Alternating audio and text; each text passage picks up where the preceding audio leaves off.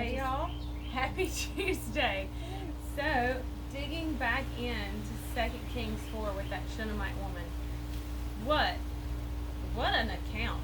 You know, I hate to say story because it sounds like it's a fairy tale or it's a made up something, but this is an actual account, a history of an event that happened. So, as we were reading, we talked in the breaks, and there are so many things that Holy Spirit, of course, pulls out. Things that we've all read this story before, right? I mean, you've read it how many times? I've read it. I know you've read it. But there were fresh things that he pulled out as we read it again.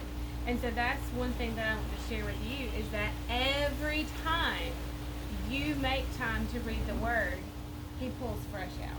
For you individually. Yes. Well, and that's that Rhema. He pulls it out fresh for you. So, who wants to go first? Well, I want to I'm always trying to help people understand that when the Word was written, and in that time, we know that women were counted less than. And so, reading this story today, as a mother and with my daughters, there are things in here that I heard that even in that time was very important. And it was when she looked at the man of God, the prophet, right, and said, "Don't fool with me. Yeah. Don't deceive me." So it makes me understand that when I have a rhema word from God, when I trust God, when I believe God, and I know because of my relationship with God, don't mess with me. Right. Don't try to deceive me. Don't manipulate me.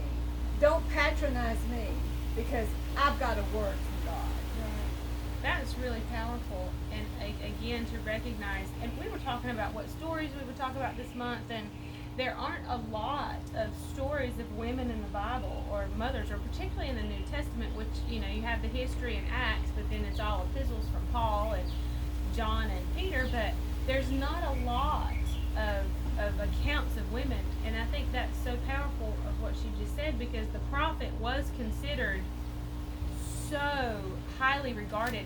He said to her, "Shall I speak to kings for you? Right. Shall I get you into the upper crust of people? Right. What can I do for you?"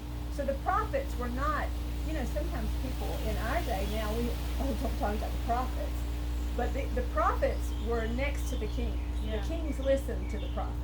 Well, and that's like Deborah in the book of Judges. The king would not even go to battle unless that woman went with him. That's right. The prophet was considered held in very high regard, very high. So in with that, the first thing I saw was 2 Kings 4:8, and it says Elisha went on to Shunem, where a rich and influential woman lived. And now we know that she was married. The word says that she was married, but it doesn't say that he was rich and influential. The word says that the woman was rich and influential. And so these are things that we're pulling out that are really empowering to us, in that we can have our own. We're not reliant on somebody else to give us a name, or somebody else to give us I say prestige, but provision. Somebody else to help us stand on our own 2 feet. That the Lord endows women to be rich and influential. And why? Why was this woman rich and influential? I love you brought this out. What you read about this woman, and in our break you were talking. This is what I see about this woman. Well, we're talking, Nancy Jo said, I want people to see how easy it is to talk about the Bible.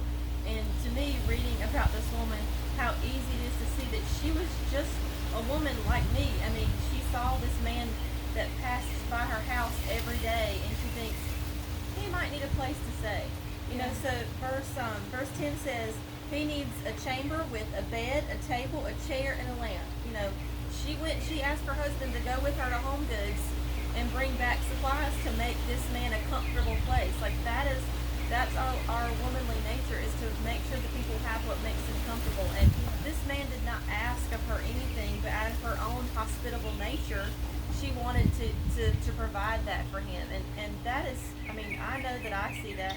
If I see a way that I can help someone or make something more comfortable or, you know, drop something by, like that's our nature. So this is, I think most women would be able to relate to that. It's just, she's your relatable woman. You can read the story and find something that, whether she's sassy, like Mom said, don't toy with me, Yeah. prophet. Did I ask you for a son? No, you gave me one and now he's dead. So come help me. I mean, this is what you did you gave me this.